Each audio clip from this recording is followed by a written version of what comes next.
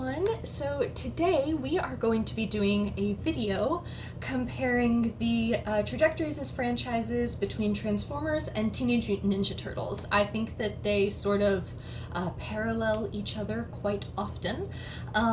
And at the same time, they are also sort of on a seesaw or a pendulum wherein when one is rising in popularity, the other tends to be like dipping in popularity, which I think is just fascinating. So I'm going to be doing a lot of comparisons just in this video, and it's not scripted, but I do have sets of notes here, including like dates and certain plot points and things, so we're just going to be going through that.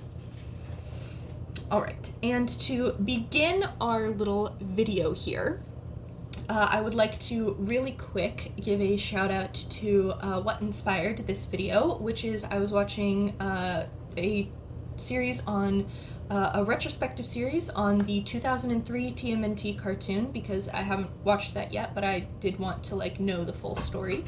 And so I ended up watching a series by a channel called Jay's Reviews, and he mentioned in that series, he said something about TMNT seems to be one of the only franchises that'll have this big burst in popularity that declines to obscurity and then bursts in popularity and over again like that. And so this video was inspired by him saying that, because I thought, well, no, there is another franchise I can think of like that, Transformers, which led to me drawing all of these comparisons and realizing that they are two sides of the same coin. So, we are obviously going to start at the beginning for both franchises.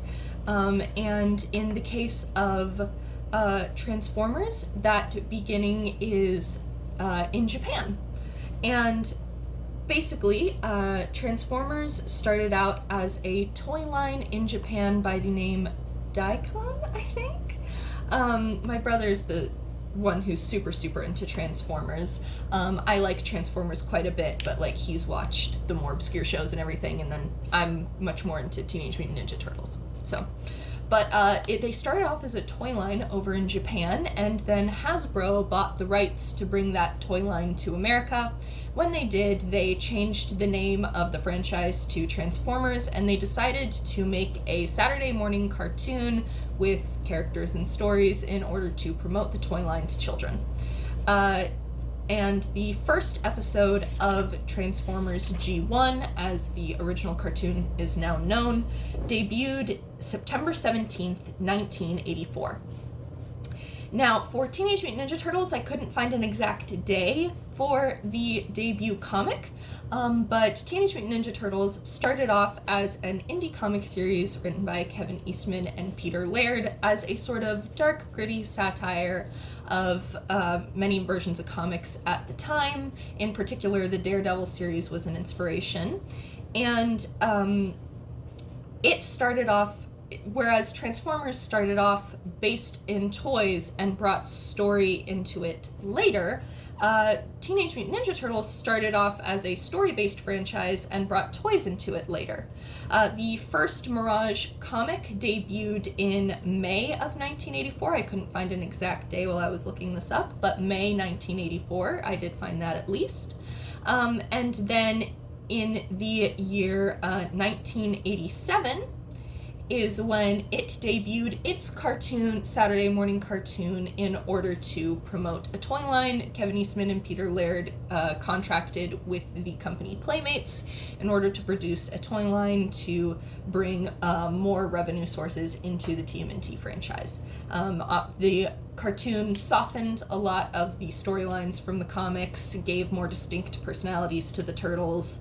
I don't need to go into the whole thing. Anyone familiar with Teenage Mutant Ninja Turtles is pretty familiar with the 1987 cartoon, and anyone familiar with Transformers is probably familiar with G1. Here is where one of our overlapping and pendulum swing sort of dates occurs.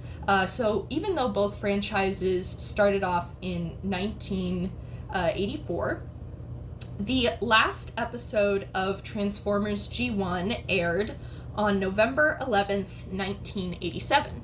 And Transformers was on a bit of a decline by that point in its series, because in 1986 they had released Transformers the movie, wherein they killed most of the cast, including the sort of central figure and most beloved character Optimus Prime. And they killed them right at the beginning of the movie, and then the rest of the movie was establishing new characters who were involved with, like, the third season of G1.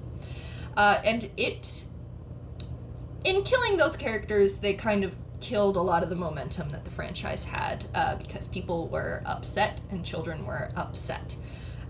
So that was when Transformers kind of went on its decline. And then just 1 month later, December 28th, 1987, is when our Saturday morning cartoon of Teenage Mutant Ninja Turtles debuted, exploding it from a well-done and, like, well-known indie space niche comic into worldwide phenomenon in a similar way that Transformers was a worldwide phenomenon. So that's where we see our first rise, fall, and, like, rise sort of dynamic here between the two franchises, which is just very interesting to me. And then our next alignment of dates comes with, after Transformers G1, there was a few smaller forays into franchising. So essentially, there is a little bit of diciness to trying to compare the franchises, because, as I mentioned, Transformers actually started off as a Japanese toy line and then was brought over to America. So throughout its existence, Transformers has had a lot of co-occurring series where there will be a Western show and then there will be a Japanese show. So there is, like, some Japanese specific Transformers, like, VHS releases and stuff like that, which happen between Transformers G1 and the next version of Transformers we're going to talk about, Beast Wars. But those are not going to be hit on as much because I'm not super familiar with those. And because Teenage Mutant Ninja Turtles has always been a primarily Western franchise, so it has a lot less iterations than Transformers does. Teenage Mutant Ninja Turtles has always been very much based in, like, over here, you know? Whereas Transformers it'll have, like, its series going on produced in America, and it'll also have a series going on produced in Japan. The Japanese one will be brought over to America, vice versa, things like that going on. So we will touch on a little bit of that, but we're kind of trying to focus on the most easily comparable series in this video. So next up, we have the ending of the 1987 show and the premiere Beast Wars aligning in terms of year as well. The 1987 cartoon went on for 10 seasons, and then it ended November 2nd, 1996. Beast Wars, the next big hit for the Transformers franchise, premiered September 16th, 1996. Did I say 86 before? I meant 96? The 1987 cartoon ended in 1996 on November 2nd. And it was in a decline in popularity again. They had tried to reinvigorate audiences with the final 2 seasons, taking on a new villain in Lord Dreg, and doing a bit of a darker tone, kind of adopting a different, darker looking style. They made the sky red like it was a Batman TV show, whole thing. But still, the cartoon had just declined in popularity because it had gone on for a decade, and, you know, people just grow up and age out of watching certain shows. So that is when TMNT had its decline in popularity. And then the same year, September 16th, 1996, we had Beast Wars, which caused Transformers to rise in popularity again. And Beast Wars is quite beloved by, I think, most people who watch Transformers. I mean, I adore Beast Wars as well. It is just utterly fantastic. And I have in my notes here that we are going to compare Beast Wars and Beast Machines to the 2003 show. But first we are going to take a brief detour and just mention the Next Mutation, because there is a funny link between Next Mutation and Beast Wars. Now, Beast Wars is regarded as a very, very good Transformers TV show. With excellent writing, excellent characters, the plot lines are interesting. It really brought something new and fresh to the franchise. Also in that it was a new and fresh way to view the franchise itself, because it was done in 3D animation. During the year 1990, Teenage Mutant Ninja Turtles had a live-action movie, which had 2 sequels in 1991 and 1993. The first movie did phenomenally well and broke a ton of indie movie records, and it was just extremely well written. And then the second movie was also, in my opinion, also very good. I grew up watching Secret of the Ooze constantly, but did have a bit of a less serious tone. You could tell was taking a little bit of a more goofy sort of route.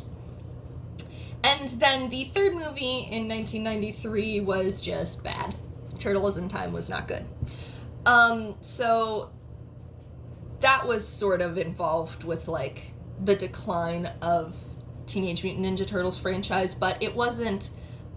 a lot of it had to do with the cartoon as well, as already mentioned. Now, after the cartoon ended in 1996, there was a 1-season live-action series that was supposed to continue on the story of the live-action movies.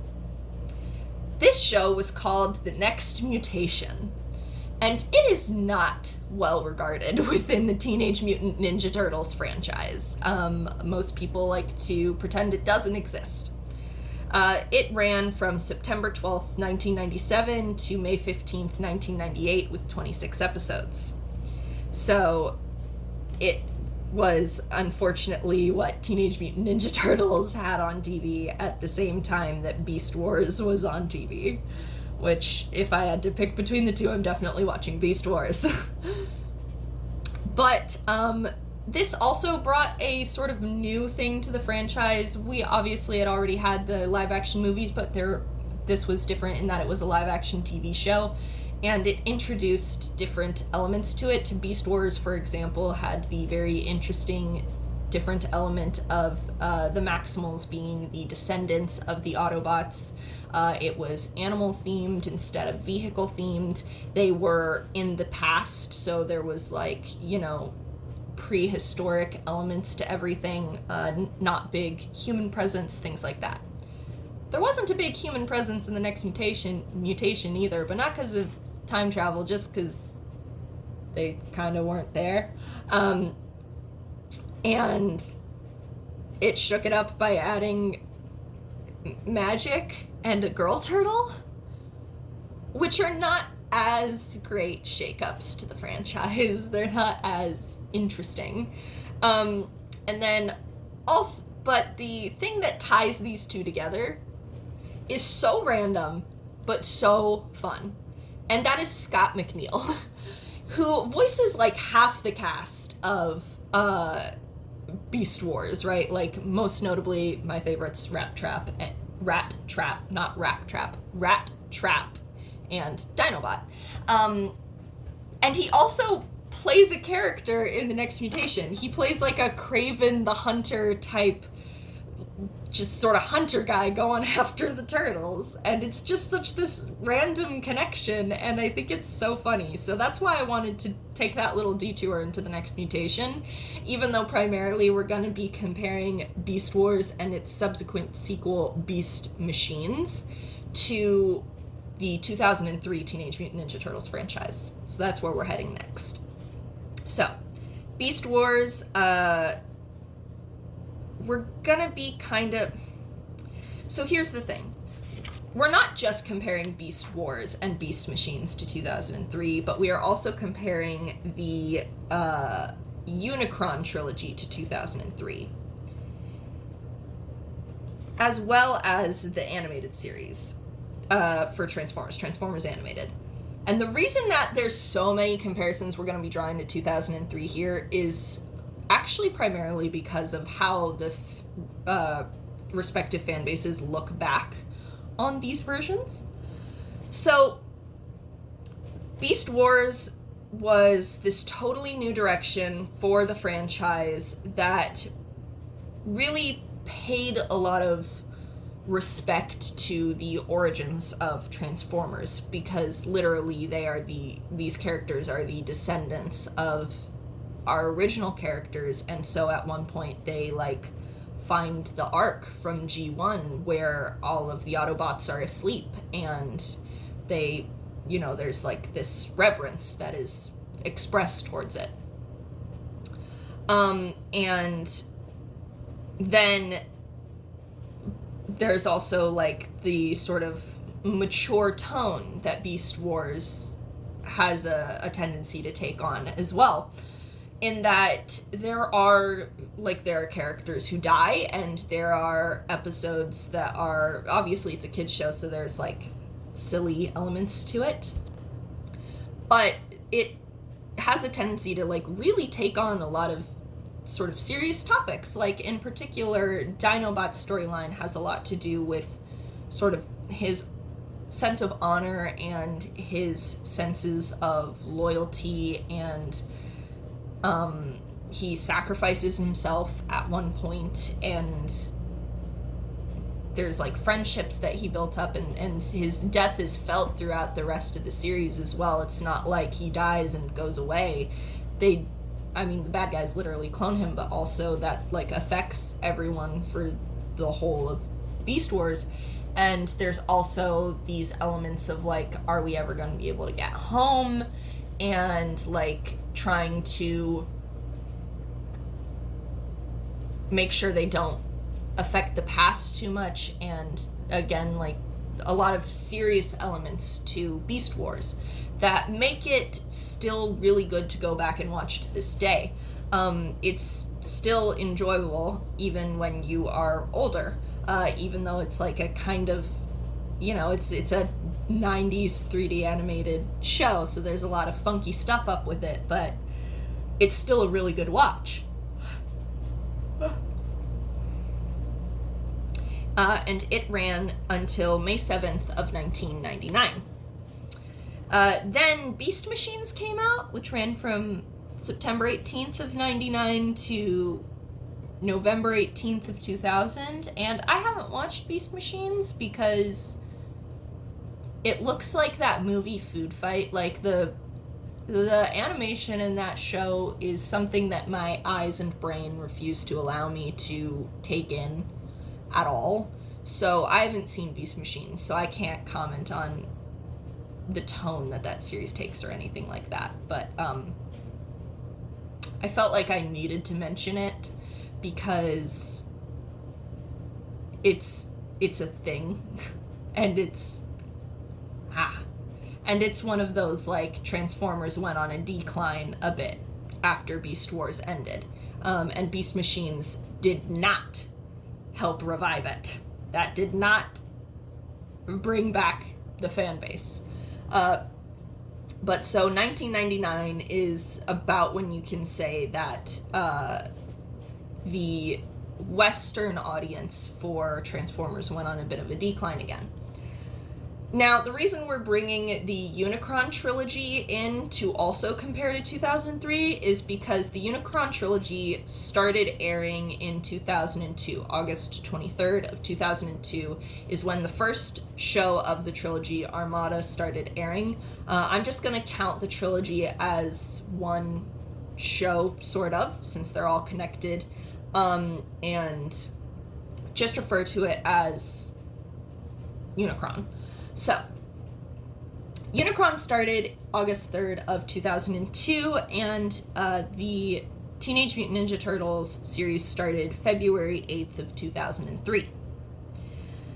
I'm kind of lumping Beast Wars and Unicron together because they are sort of reflected on in a similar way by the fan base, in that at least for my brother and for a lot of people who have watched the Unicron series, even though it's not quite as well known as a lot of the other Transformers show because it originally aired in Japan and then was brought over to America, and is all there's like 2D and 3D animated stuff in it, so there's like a combination of that, and it's an interesting era of Transformers.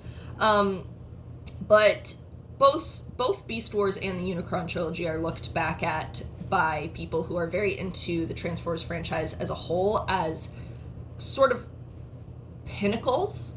And Transformers Animated is looked at in this way as well. So it will also be brought up in this discussion of these two eras of both of these franchises that people today look back on as maybe not the most popular, but certainly one of the most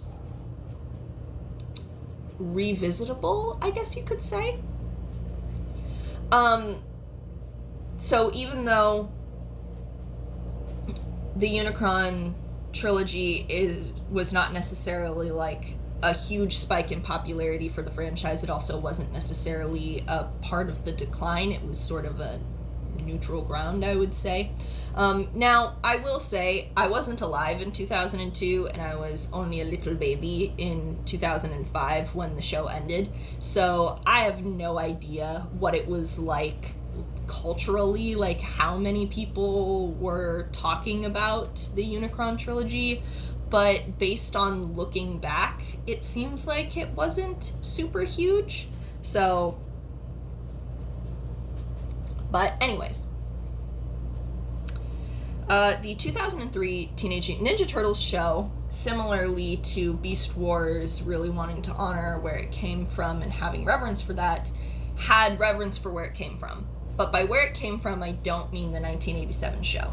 Because the 2003 show, which Peter Laird, one of the co-creators of TMNT, was heavily involved in, really, didn't want to be associated with the 1987 show, at all. It kept the color coding of the Turtles and a lot of the personality basis that the 87 show introduced, but it didn't keep a whole lot else from that version of the franchise, and instead it paid a lot of its reverence and respect to the Mirage comics, because that's Peter Laird's baby, you know?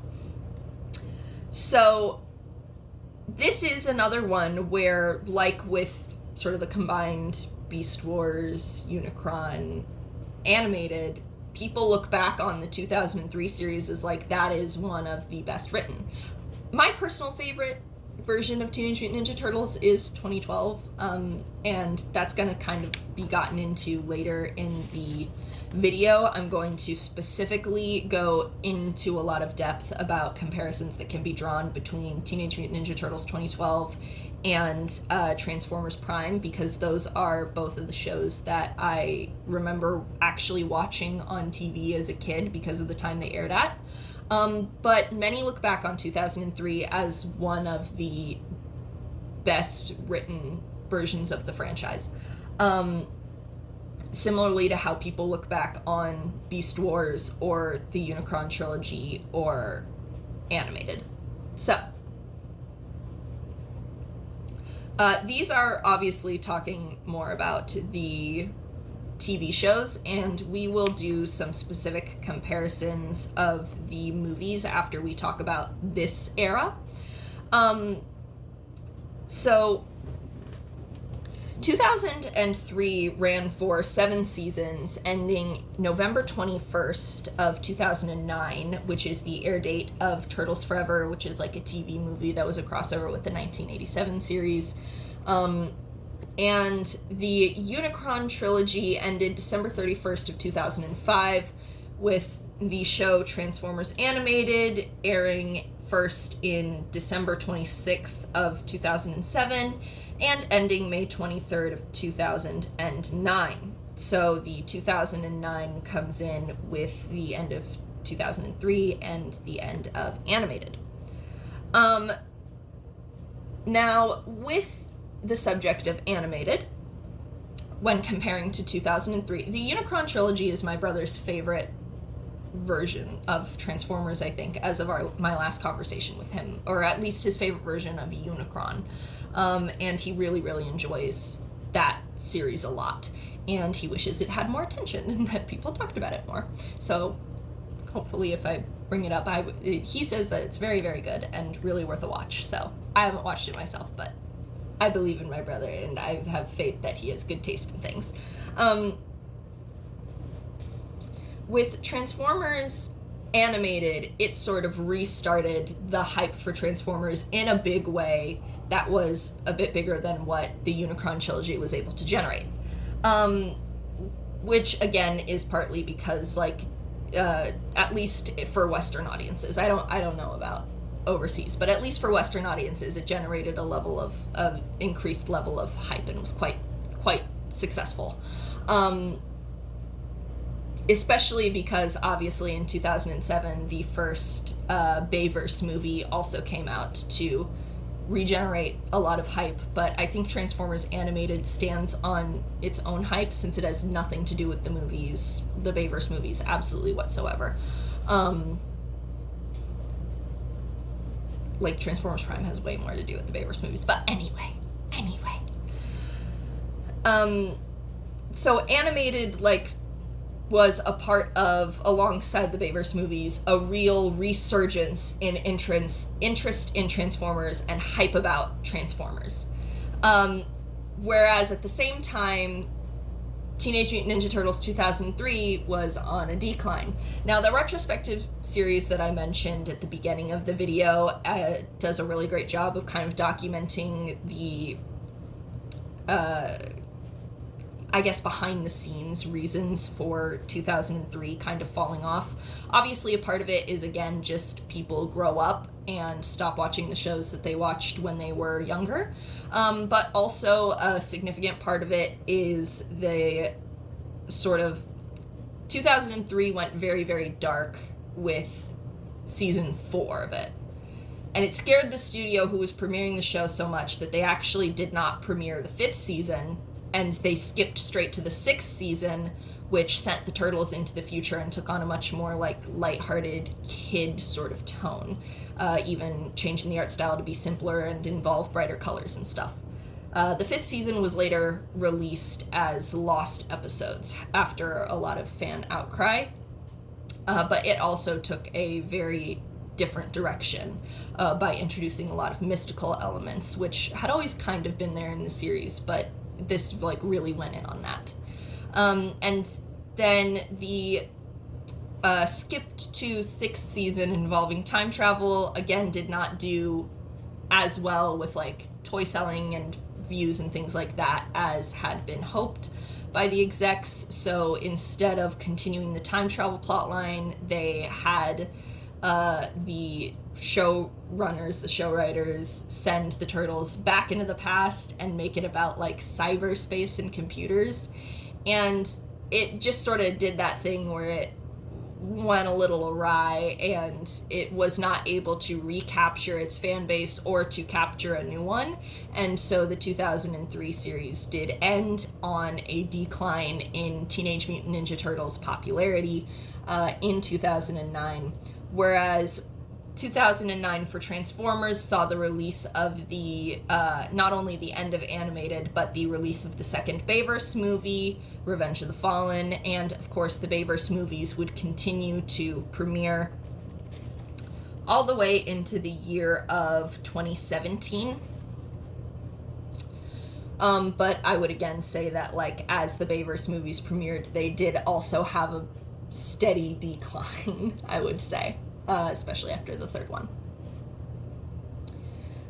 However, the point here is we again see that sort of pendulum effect where Animated came out right as 2003 was losing steam. So Animated came out and had that boost in popularity right as 2003 was losing steam.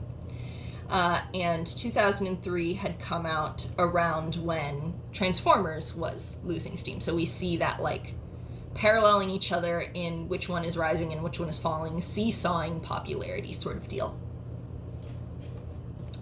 So our next our next comparison to be made here is with the movies. We are going to compare we're going to get a little off track with the dates here, because the TMNT Bayverse didn't premiere until 2014, but the Transformers Bayverse premiered in 2007. However, we do still have a date connection, because in 2007, the 3D animated film TMNT came out. So, July 3rd of 2007, we get our first Bayverse Transformers movie, just called Transformers, and I don't care, it slaps. It slaps. I love that movie to this day. There is definitely a lot to criticize about it, and there's a lot of weird stuff, and it's totally valid to criticize a whole bunch of elements about it, especially very Michael Bay-ian elements of it, but that movie still slaps, and the soundtrack slaps, and I love it. And that might be the nostalgia talking, but I love it. And similarly, TMNT 2007 comes out.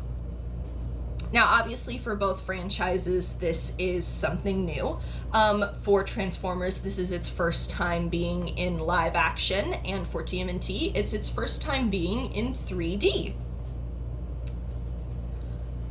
The TMNT movie does not have the wild success that the Bayverse Transformers movie does, which is not surprising.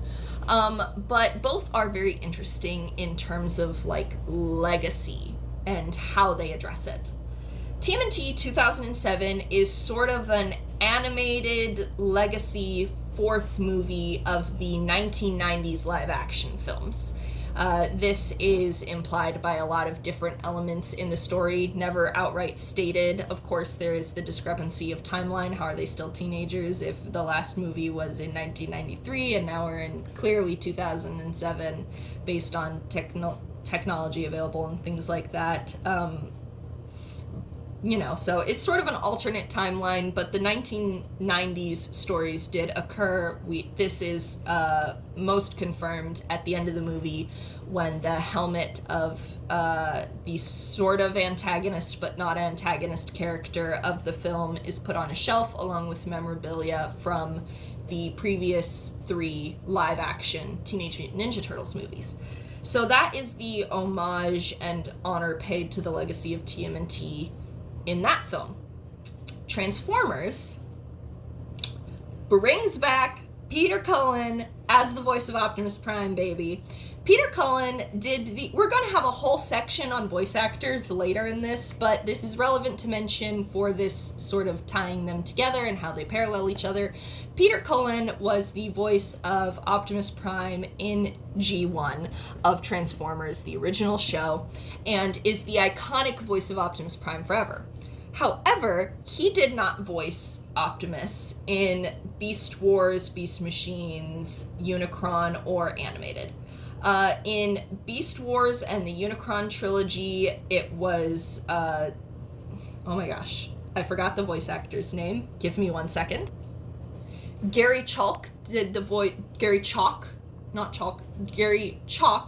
did the voice of Optimus Primal in Beast Wars, and then the voice of Optimus Prime in the Unicron trilogy. And then Transformers Animated was... Transformers Animated cast. You guys get to see me Google that one. David Kaye. Something else to mention here. This is just a thing.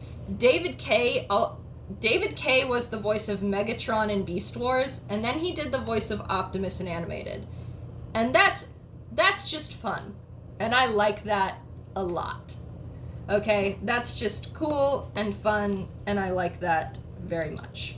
Also, I have to add a thing here real quick. Okay, awesome. I actually didn't know that before I looked that up just now, so that's fun. Well, I probably knew it, but I just didn't, wasn't cognizant of it. But anyways. So the Bayverse movies brought back Peter Cullen, the original voice actor of Optimus Prime from G1 to voice Optimus Prime again. Frank Welker also was a part of the Bayverse movies, but he was not Megatron until I think the 4th or 5th film. He was the voice of Soundwave, who's like a satellite in those movies. The voice of Megatron in the Bayverse was, I forget the actor's name, but Lord Elrond. That's who the voice of Megatron was. But so that's how it honors its legacy and its origins. The TMNT 2007 movie does it by being a continuation of the story of the live-action 90s movies, giving those turtles a different sort of farewell than the next mutation was, which is very nice. And the Bayverse brought back one of the original voice actors in order to continue on with the franchise. I'm sorry, it makes me really happy because I love nerding out over voice actors, especially in, like, you know, animated stuff and video games. But anyways. So that is our comparison for the Bayverse and the 2007 movie, and then now we have Transformers Bayverse comparison with Teenage Mutant Ninja Turtles Bayverse, and that comparison is essentially the 4th Transformers film, Age of Extinction, which saw the removal of the up until then primary human character of Sam Witwicky, replaced with, I don't remember his name, he's played by Mark Wahlberg, but he's the human character for Age of Extinction and the film after it, which I also forget the name of, because I like the first 2 Bayverse movies, and then the 3rd one is good, but it makes me cry, and then I don't care about the Wahlberg ones that I feel like are just kind of tacked on. But anyways, so Age of Extinction comes out June 27th, 2014. And then for Teenage Mutant Ninja Turtles, the live-action Bayverse film comes out August 8th, 2014. So Age of Extinction came out first, and then Teenage Mutant Ninja Turtles. Now, I said Bayverse in quotes there because technically Michael Bay was only a producer on the Teenage Mutant Ninja Turtles Bayverse movies, but you wouldn't be able to tell that he's only a producer. They are really and truly shot, acted, everything about them screams this is a Michael Bay film. So people just call it the Bayverse anyway, because it literally feels like Transformers but Teenage Mutant Ninja Turtles. Like, it's very clear that Michael Bay had a lot of influence in how this was done. And whether that be intentional, like he was very involved as a producer, or because the studio wanted it to feel like Transformers on purpose, I'm not entirely sure, but boy does it feel like Transformers. And then the second movie came out June 3rd of 2016 with the, let me see here, yeah, with the Bayverse, of course, ending June 21st, 2017 for Transformers. So, the Transformers Bayverse had a much longer run, and I just felt like we needed to mention those. They can both be compared with, like, obviously Megan Fox is largely present in both of them. Both of them involve a lot of spectacle involving big CGI fights. There's a lot of similar humor elements to it, things like that. We don't get the classic every movie ends with a Linkin Park song, which I like because I like Linkin Park for the TMNT Bayverse. But we do get some cool shell-shocked themed raps, which is fun because, like, most of the Teenage Mutant Ninja Turtles, like, movies tend for a while to end with, like, a rap based around the Turtles. It's pretty fun. The 1990s movie ends with a rap that is literally just recounting the story of the movie that you just saw. The 2007 film ends with a rap called Shell Shocked, and the 2014 film also ends with a rap called Shell Shocked. So that's just neat. So that is our comparison of Bayverse to the 2007 film and then the Bayverse films. Back to more aligned date sort of situations, we have Transformers Prime and its sequel series, Robots in Disguise, and then the Teenage Mutant Ninja Turtles 2012. Transformers Prime started airing November 29th, 2010, and the Teenage Mutant Ninja Turtles 2012 series, which I'm just going to refer to as 2012 from now on, began airing September 28th, 2012. These are very interesting in their comparisons that I can make. I have quite a few. I'm going to keep it simple for this part of the video, and then later when we get into more minutia elements of things, that might be its own video, that might be a part of this video, we'll see. It depends on the memory on my camera. There's a lot of comparisons to be made with Prime in 2012 to me, especially since, because of when these shows started, that's when I was kind of old enough to actually be watching them on TV. But some of the main comparisons that I want to draw just for this little segment of this video is that there's a lot of elements of both of them wanting to honor the whole legacies behind them, as well as do something new with it.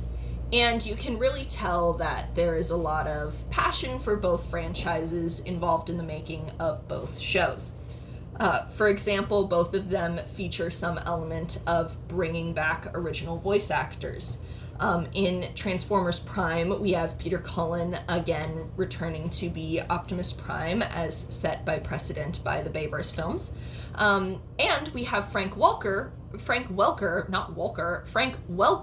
reprising his role as Megatron, with a very different take on. He is a fantastic voice actor because Prime Megatron sounds and acts so different from G1 Megatron, and it's so phenomenal.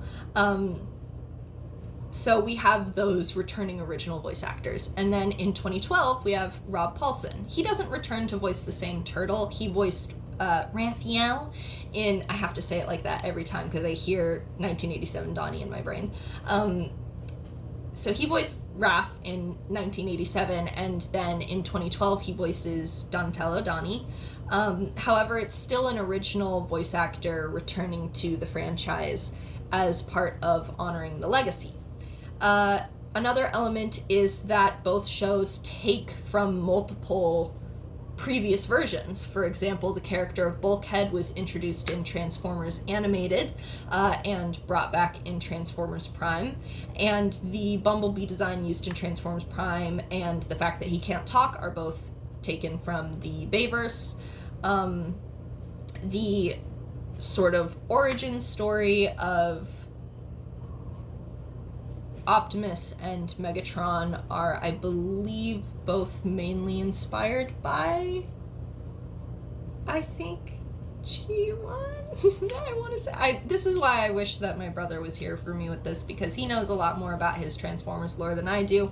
I might do another version of this video sometimes that's more him and I sitting down and casually discussing this kind of stuff. But the point is, Transformers Prime draws from a lot of the iterations before it, not just one of them, but many multiples of them. And then we also have in 2012 a similar situation where we have the Splinter origin story from the 1987 show where he was the human Hamato Yoshi who got turned into a rat mutant. But then we also have inspirations from the 90s movies with certain arcs that are taken. And then there are other elements like certain parts of the tone that are more reminiscent of 2003. And then we have a pretty unique take on Shredder, which is very different from the versions that came before, I would say. In a similar way, we have a very unique take on Unicron in Transformers Prime. So there's that sort of situation. And I have a lot more comparisons that I can draw, but again, that might end up being its own thing. But I'll just real quick read off the list of similarities that I think can just think of off the top of my head with Prime in 2012. Both shows share a good amount of voice actors with each other, of course. They both balance serious and kid-friendly tones. They both have an element where an alien villain was there the whole time, and then a human villain who, by the end of his story arc, ends up sort of becoming what the heroes are, essentially, which I'll explain in another thing, but essentially Prime has a human villain who ends up wiring himself into the corpse of a dead Decepticon, becoming a Decepticon, and in 2012, Shredder ends up becoming a mutant at the end of it, just like the Turtles are mutants. There is flip-flop villain loyalties, particularly Starscream and Karai. Also Knockout has an element of that in Transformers Prime. This one is a funny one. Steve Blum as a vehicle-based villain. Obviously, Steve Blum is Starscream in Transformers Prime, and then he also voices a one-off villain, Speed Demon, in an episode of 2012. There is a funny thing where they both have an alt Japanese girl with a complicated family issue going on, with 2012 being Karai and TMNT being Miko. They both have, their villains are very interconnected with each other. Obviously Krang, Shredder, the Triceratons in 2012 are all interconnected storylines, and then Silas, the human guy, is interconnected with the Decepticons, who are interconnected with Unicron. Dinosaur/alien villains, kind of. We have the Triceratons, who are based on Triceratops as alien villains in 2012, and then in Transformers Prime, we have the Predacons, which are clone sort of deals from kind of dinosaurs. Helmet Head Big Bads is one that I put just because they both Shredder and Megatron have that helmet head thing going on. Hero territory takeover arcs in both shows. Big personality developed villains. The villains are developed to have very distinctive personalities of their own in both shows. Wise leader dies for a bit, comes back, and then dies for real in both of them. In Transformers Prime, that being Optimus, who dies for a bit and then is resurrected in one of the season openers. And then in the movie, he fully sacrifices himself to the Well of Allsparks to revitalize their planet, if I'm remembering it correctly. I haven't rewatched Prime particularly recently. And then in 2012, Splinter is killed when the black hole generator goes off and destroys the Earth, and then they bring him back through the use of time travel to make sure the Earth doesn't get destroyed, and then he is permanently killed in the episode before the series finale, or what was intended to be the series finale, in 2012. And then this is just a funny connection. I was like, oh, I can't remember the name of that nerd kid who Bumblebee is friends with in the show. Let me look it up. His name is Raph. His name is Raphael, with his nickname being Raph. Now, it is spelled R-A-F and not R-A-P-H, but I just think it's really funny that the nerd kid who's good with technology is named Raph, and then in 2012, the nerd kid who's good with technology shares a voice actor with 87 Raph. I just think that that's funny, and that's a fun coincidence. People get killed permanently in both shows. I would say it probably happens less often in 2012 that people get permanently killed, but it does happen. And honoring legacy of the franchise, I already mentioned, combining many past iterations and returning original voice actors. So I will go more into depth in all of that another time, but that is our comparisons that we can make with 2012 and Prime, and we can also make the comparisons of they're both the 2010s 3D animated shows that have this very divisive legacy within the fandom, with a lot of people loving and a lot of people hating. But also, in my opinion, set some precedents with both of them. Now, Prime ran from November 29th, 2010 to October 4th, 2013 with 3 seasons and a TV movie, and then had a follow-up series that ran from March 14th, 2015 to November 11th, 2017. So that's like 2012 ran until November 12th, 2017. So technically Prime, since it had this sequel series, Robots in Disguise, technically Prime ended one day before 2012 ended. However, similarly to how Season 5 of 2012 is like an anthology series that is connected to the first 4 seasons, but not in the same exact way, Robots in Disguise is, I would say, not connected to Prime necessarily, but primarily because it's just a whole different thing. The animation style is completely different. Character designs are completely different. Bumblebee no longer looks like the Bayverse version. He looks more similar to his G1 self. There are actually quite a few characters who are redesigned to look more like G1, such as Starscream. And it was generally aimed for a bit of a younger audience, and I only watched a few episodes of Robots in Disguise, so I can't draw as many parallels. The parallels we have here are mostly the fact that Robots in Disguise technically brought about the end of the Prime era one day before TMNT 2012 era ended as well.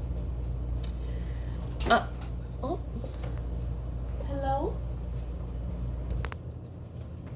This guy was just stood yelling at my door, but then when it was opened, he didn't want to come in, so I had to go out and manually scoop him and bring him inside.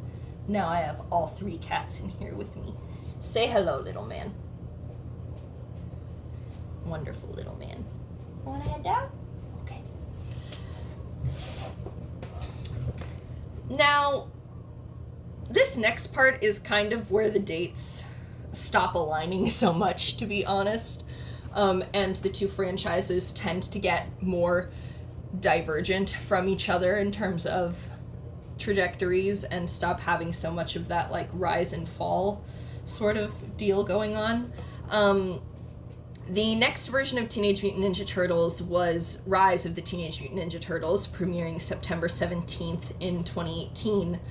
But the next Transformers TV show is a funky kind of situation, because the next TV show premiered January 5th, 2019 was Transformers Rescue Bots Academy, which was like a spin-off sequel of a show called Transformers Rescue Bots, which began airing in February 18th, 2012 and ended October 22nd, 2016, which I didn't factor into this video primarily because it was geared toward a younger audience and didn't really have anything to do with mainline Transformers, except for a few episodes where Bumblebee and Optimus got involved, but it was primarily about a different set of characters and was much more for small children. So this Transformers Rescue Bots Academy, if we're going by dates, is what ends up aligning with Rise. I didn't watch Rescue Bots Academy because it was for very small children, and I am not a very small child anymore. Rise was also, again, a little more toned down to appeal to a little bit of a younger audience as well, except for the parts where it wasn't. Like, it was, but it wasn't at the same time, you know? Little man, you cannot scream at me to be let in and then also scream to be let out. You gotta just chill until I'm done with my video, okay? Alright. So I don't know about paralleling Rescue Bots Academy with Rise, because I don't know if I can necessarily say either one gave a particular boost or decline to popularity of the franchise the way that the previous versions we talked about have. And then there have been way more versions of Transformers since 2017 than there have been Teenage Mutant Ninja Turtles. We've had 2 or 3 versions of Teenage Mutant Ninja Turtles, depending on if you want to count the standalone Teenage Mutant Ninja Turtles versus Batman movie in 2019. That makes 3. But this list I have of Transformers shows since 2017 is 1, 2, 3, 4, 5, 6, 7, 8, 9. 9 more shows since then. So that's again where, like, Transformers has always had a lot more versions of itself than Teenage Mutant Ninja Turtles, but it starts to become more muddled of being able to compare them and talk about that kind of situation, because at the same time that Robots in Disguise was running, there was also Combiner Wars and Titans Return, and these weren't necessarily TV shows, though. They were more like webisode sort of things, and toy line based. So that's where it gets a little muddled, and it stops being quite so directly comparable, unfortunately. So we can try, but it's not exact. The movies start to align more here. In 2018, we had the Bumblebee movie. So we had Rise start in 2018, and in December 21st, 2018, we had the Bumblebee movie, which reinvigorated some of the interest in Transformers for moviegoer audiences. And then we had the aforementioned Teenage Mutant Ninja Turtles versus Batman movie in 2019, but that didn't necessarily have like a huge impact. That was for people who like Batman and people who like Teenage Mutant Ninja Turtles already, so that doesn't really have a factor in the like rise fall popularity we're talking about here. And then the next part that is aligned in terms of like date and year, in June 9th of 2023, we had the Transformers film Rise of the Beasts, which brought the Maximals from Beast Wars to the live action series for the first time, and did pretty well. It was a very good movie. My brother and I really enjoyed watching it in theaters.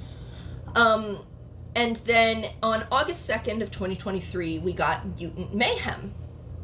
The Rise of the Beast movie did its honoring of the legacy of the franchise by including the Maximals in it and having a somewhat G1 inspired Optimus, who also was designed to look more like his voice actor Peter Cullen. It had the Bumblebee from the 2018 Bumblebee movie, who's sort of a combination of the Bayverse films and more G1 inspired. And it also had characters like Scourge and stuff in it. It has an interesting behind-the-scenes story, Rise of Beast. It was very much interfered with by the studio in terms of tone and where its story went and things like that. I'm gonna go grab that guy and hold him.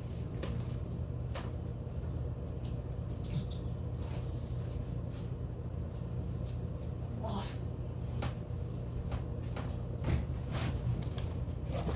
Will this chill you out? Will this calm you down? Because you're just gonna yell at me to come back in again, and I need to finish my video, and everybody else is asleep. It's working.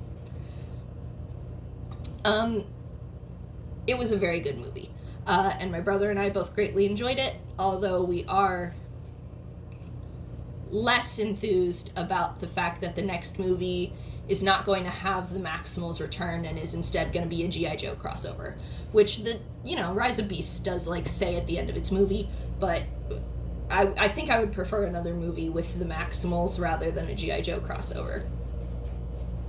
But anyways, and then Mutant Mayhem, whereas Rise of Beast kind of has that like, oh well, I guess, sort of ending note to it with the fact that the Maximals won't be returning and things like that.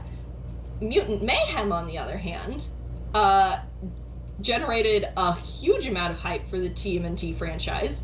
I wouldn't say Transformers is necessarily on a decline, but I would say it's in a bit of a stagnation.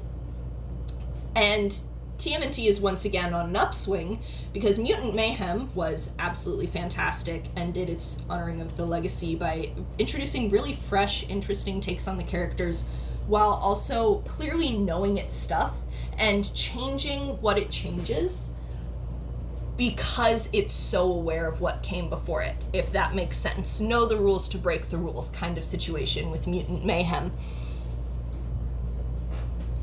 And I'm filming this August 11th, so like 2 days ago, the series that connects Mutant Mayhem with the movie that is going to come out in like 2025 or something, the sequel to it, came out 2 days ago. Tales of the Teenage Mutant Ninja Turtles came out a couple of days ago, and it's also fantastic, and also has sort of kept the interest of TMNT alive currently with this iteration of it.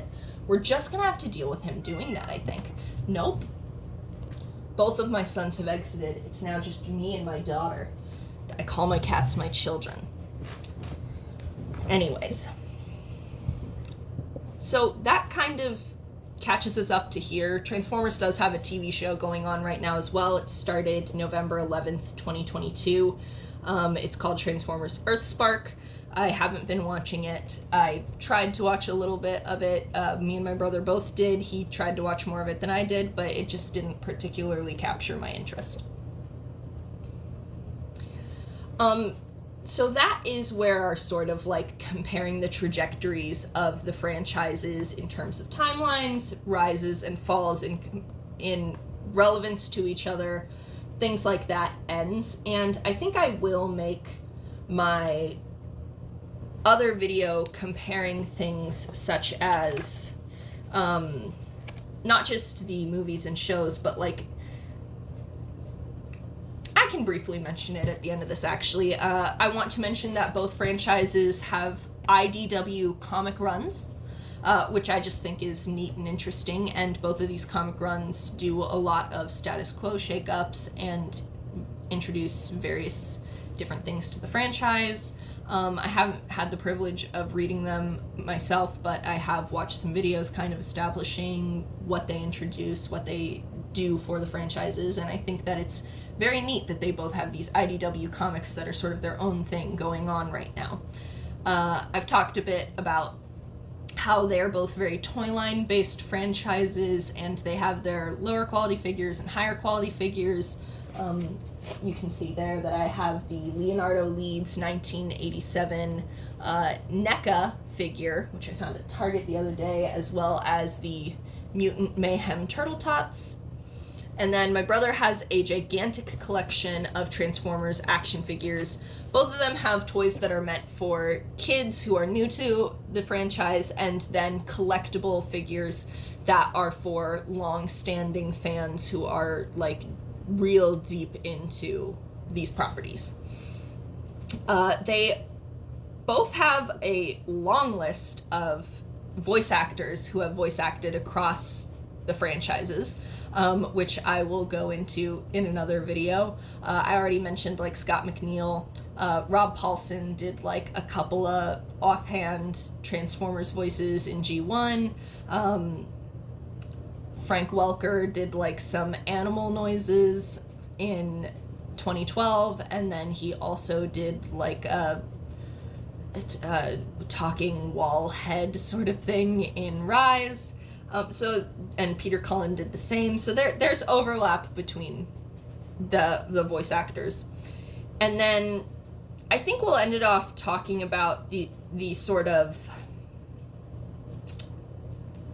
divergences in why I think they're so paralleled yet opposite paths to each other as franchises. So my main points for Teenage Mutant Ninja Turtles. Teenage Mutant Ninja Turtles has a condensed cast. Even though like the IDW comics introduce more characters, and the 40th anniversary comic introduces like the concept of another brother and a sister that the Rise Turtles didn't know that they had. And Venus is a thing in the next mutation. For the most part, most of Teenage Mutant Ninja Turtles is focused on the 4 brothers and their father. And we also have April and Casey to add on to it, but our primary characters are the 4 Turtle brothers and their father, Master Splinter. So that is like they have a condensed primary cast. Transformers has always had a rather large revolving cast, which is, the differences here are that Teenage Mutant Ninja Turtles started out story-driven and later became a toy line-focused franchise, and Transformers started out a toy line-focused franchise and later became story-driven. So TMNT already had it set up for a main cast. Transformers had a big array of toys that it had to give personalities to. This is not a detriment to either franchise. It just means that they are, typically meant for different people who enjoy different things. But I do think that it is sort of part of why you're more likely to get people who are invested in the characterization of the Turtles characters. And with Transformers, I've noticed that there tends to be more of an investment in like character design and things like that, which is not bad for either one of them. It's just different. TMNT has a very through-line focus throughout all of its iterations, that being family. No matter what you change with Teenage Mutant Ninja Turtles, there will always be this focus of family in whatever version you're talking about, unless you're the Next Mutation, but we don't talk about her. Teenage Mutant Ninja Turtles is, at its core, a story about being a family, right? And not just like, this is your family, this is who you share blood with, so get along with them sort of thing, but it's very much like found family. April and Casey are a part of the family, even though they come in when the Turtles are teens, usually, like, into their lives. And Splinter is, the Turtles are Turtles, and Splinter is a rat mutant, but that is their father, and that is never something that's like put into question or made a thing of. That is just their father. And so it's very much based in family and love of your family and found family as a whole franchise. That is a consistent thread through all of TMNT. Transformers doesn't have so much of like a focused theme in that way, which again is not, I'm not saying that's bad, I'm just saying it's different. These are the points of like how the franchises differ from each other, since we've talked so much about how they parallel each other and have similarities. These are just differences as like whole franchises and not just specific versions. So Transformers has a bit less of that kind of focus. We do have some themes that'll pop up in more than one show, right? Like, obviously there's the classic good versus evil. The Autobots want to protect humanity. The Decepticons either actively want to hurt humanity or just don't care if humanity gets hurt in the process. You could make the argument that the central theme that is all throughout Transformers is war, but that's a very broad category, and each one kind of... the relevance that war has to each version of Transformers varies quite a bit, I would say. For some parts, it's just like plot setup, but not necessarily like an active thing going on within it. For some of them, it's extremely war focused. For some of them, it's like a background thing. For some of them, it's just sort of like this happened and now that's like why these two groups don't like each other, but it's not so much war now as it is just like conflict between these opposing groups, which sounds like it's war, but I mean like full scale, not just like these 5 people hate these 5 people sort of thing. So you could make the argument that war is that through line thread, but it's not necessarily a through-line thread in the same way that family is so deeply ingrained in Teenage Mutant Ninja Turtles, and every Teenage Mutant Ninja Turtles story will inevitably be focused on and center around family. Obviously, there is the fact that Teenage Mutant Ninja Turtles has far fewer versions and Transformers has a lot more, which is, again, in part because there is the element of Japan having its own Transformers series and stuff going on that are separate from the Western series, and then TMNT is just, like, primarily Western focused. And then there is the fact that, just like I mentioned before, Teenage Mutant Ninja Turtles started off as a story and Transformers started off as toys, so they have very different... That is where their primary differences as franchises really comes from. And I think that that's very interesting. And one thing I think about Transformers is that it sort of had to find its story and its theme as it's evolved, whereas TMNT had that set at the beginning, and what it's found as it evolves is... What it's found as it's evolved is the characters more, right? Because in Mirage, they were all very similar, and then they were given distinct personalities later, but these more distinctive personalities were very much Saturday morning cartoon character personalities, which have, with each version of TMNT that's been redone, given more and more depth each time. And then Transformers was more about the characters because you wanted kids to have favorite characters to buy their favorite characters as toys, and then found storyline as it evolved. And I think that that's very fascinating because those are such incredibly different origins, those are such incredibly different starting points, but as we've seen throughout this video, even though they have such different starting points, they've had such similar lives as franchises, and I just think that that's really, really interesting. So the next video that I will be doing sort of within this vein is going to be specifically comparing Transformers Prime to Teenage Mutant Ninja Turtles 2012, and that's going to involve talking about not only the similarities that I listed there, but also shared voice actors, fun facts, things like that. So I hope that you are interested in watching that when it comes out. I hope that you enjoyed this video. I'm going to see if I can get my brother to sit down and sort of talk about this with me so that we can have a discussion about it, since he's a lot more knowledgeable about Transformers, and I probably got some of my Transformers facts wrong in this video.